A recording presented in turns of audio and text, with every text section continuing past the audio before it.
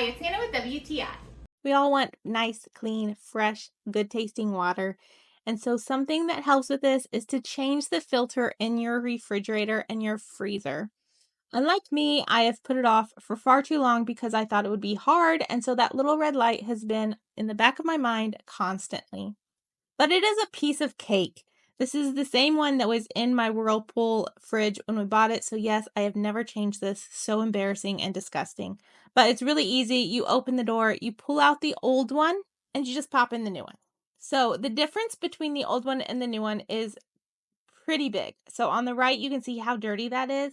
It also was 4 ounces heavier than the new one. So, that means it was holding 4 ounces of dirt, germs, nasty stuff from our water. It also really does taste better if you change the filter when you're supposed to. The old water, after trying the new water, tastes like you're licking the back of an old freezer, very stale and nasty. So don't be like me, change your filter regularly and have delicious tasting water. That's my point of view.